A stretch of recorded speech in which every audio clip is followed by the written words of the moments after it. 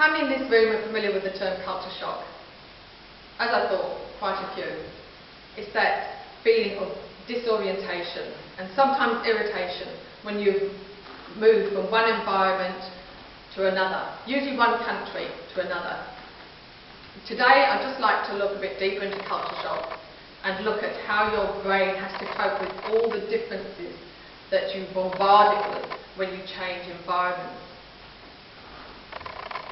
Hopefully, by appreciating what your brain has to go through in culture shock, you're going to have an easier time when you're actually going through it or when you're exposed to it.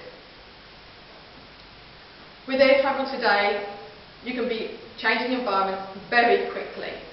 All of a sudden, you're bombarded with new senses of smell, taste, food, new money, the way people greet each other. Is it a handshake or a hug? Is it a kiss? One kiss, two kisses are right, or three kisses are right? Or is it a respectful but distant bow? How does your brain cope with all these changes? Michael Cohen says it doesn't cope. He says your brain goes into shock.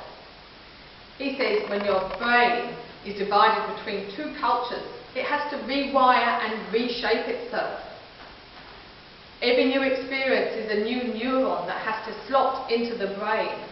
So you've got food, smells, taste, people, greeting, all competing to reshape the brain in a way that it's happy with. Michael Cohen says that immigration is a brutal workout for an adult brain. No wonder, as an immigrant, you feel exhausted in your first few days, few weeks, few months in the country you've chosen to live in.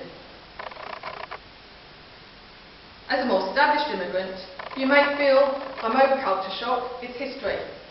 Sorry, I've got news for you, you will still experience it.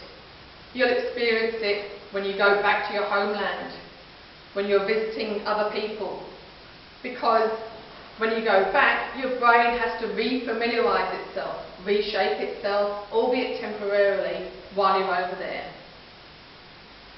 You'll also experience it when your loved ones come to visit you. The only thing familiar for them is you. So you have to accommodate them. And what I strongly suggest is that you give them plenty of rope. Be kind, be gentle, be tolerant of them. Let them air their discontent, because if you don't, what they're feeling will come across as dislikes rather than just differences. Culture shock is brain shock. Now you appreciate what the brain has to go through, all the rewiring, the reshaping. When you change environment, perhaps you'll improve your attitude towards it. Perhaps you'll even welcome it and not be surprised by it.